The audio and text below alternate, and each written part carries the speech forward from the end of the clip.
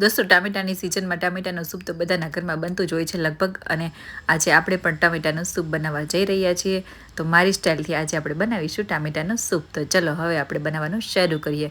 तो अहीं आपणे पूणो किलो जेटला पाका अने लाल टामेटा लई लीधा छे अने एक आपणे गाजर लीधुं छे। आ गाजर एड करवाथी सूप थोडुं घट बने छे। दोस्तों मार्केटमां अने रेस्टोरंटमां जे सूप मळे छे ने तेमां कॉर्नफ्लोर एड करवामां आवे छे जेथी करीने सूप थोडुं घट थई जाय छे। पण आजे आपणे एकदम नेचरल तरीकाथी सूप बनाववानुं छे એટલે આપણે ગાજર એડ કરવાનું છે અને ટામેટામાંથી પણ આવી રીતે ઉપરનો ભાગ કટ કરી અને બે ટુકડામાં ટામેટાને કટ કરી લેવાના છે અને આવી રીતે ટુકડા કરી અને આપણે ટામેટાને પછી બોઇલ કરવાના છે અને સાથે આપણે ગાજરના પણ ટુકડા કરી લેવાના છે। તો તમે અહીં જોઈ શકો છો દોસ્તો ટામેટાને આપણે કટ કરી લીધા છે અને ગાજરના પણ આપણે નાના નાના ટુકડા કરી લીધા છે। અને હવે આપણે આ બાજુ એક કુકર લીધું છે ને કુકરમાં થોડું આપણે તેલ એડ કરવાનું છે અને તેલ થોડું ગરમ થઈ જાય ને એટલે આપણે આમાં ખડા મસાલા એડ કરવાના છે। તજ, લવિંગ, મરી અને તમાલપત્ર આપણે એડ કરવાનું છે અને ત્યારબાદ થોડું હલાવી અને પછી આપણે ઝીણું કાપેલું લસણ અને આપણે ડુંગળીના ટુકડા એડ કરવાના છે। दोस्तों બધા લોકો અલગ અલગ રીતે સૂપ બનાવતા હોય છે અને આજે હું પણ મારી સ્ટાઇલથી સૂપ બનાવવા જઈ રહી છું દોસ્તો। અને આ સૂપ ખૂબ જ સરસ બને છે। તો અહીં આપણે લસણના ટુકડા એડ કરી દીધા અને પછી આપણે એક મોટી ડુંગળી એડ કરી દીધી કાપેલી અને થોડી કૂક થઈ જાય ને ત્યારબાદ આપણે આમાં ગાજર અને કાપેલા ટામેટા એડ કરી દેવાના છે। અહીં મેં ડુંગળીને 2 મિનિટ જેવી કૂક થવા દીધી અને ત્યારબાદ આપણે ટામેટા અને ગાજર એડ કરી દીધું છે અને પછી આપણે 1 ગ્લાસ જેટલું પાણી સાથે આમાં એડ કરી અને બોઇલ કરવાના છે અને હવે આપણે આમાં થોડું નમક એડ કરી દેવાનું છે।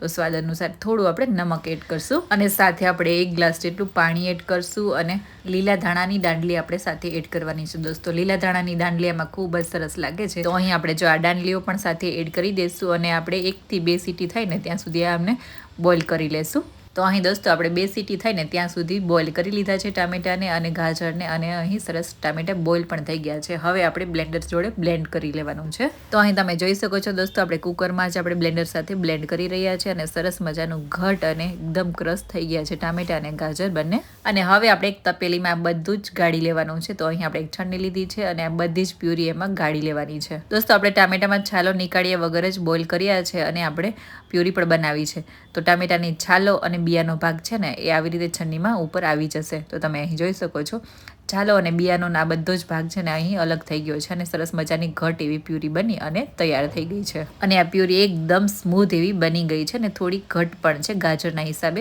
અને હવે આપણે આગળની બીજી પ્રોસેસ સ્ટાર્ટ કરીએ। તો અહીં આપણે એક પેન લીધું છે અને પેનમાં આપણે બટર એડ કરવાનું છે દોસ્તો। બટરની જગ્યાએ ઘી અથવા તો તેલ પણ ચાલે પણ મેં અહીં બટર લીધું છે અને બટર થોડું મેલ્ટ થઈ ગયું છે અને ગરમ થઈ ગયું થોડું એટલે આપણે બધી જ જે ટામેટાની પ્યુરી છે ને એ બધી એડ કરી દેવાની છે અને થોડી આપણે ઉકાળવાની છે અને થોડું કૂક થઈ જાય ને પછી આપણે આમાં મસાલા એડ કરશું। તો તમે અહીં જોઈ શકો છો દોસ્તો આ સૂપ થોડું કૂક થવા આવ્યું છે અને હવે આપણે એમાં મસાલા એડ કરી દઈશું। તો જે પ્રમાણે તમને તીખું પસંદ હોય ને એ પ્રમાણે લાલ મરચું પાવડર એડ કરવું અને ત્યારબાદ આપણે સાથે ખાંડ પણ એડ કરવાની છે દોસ્તો।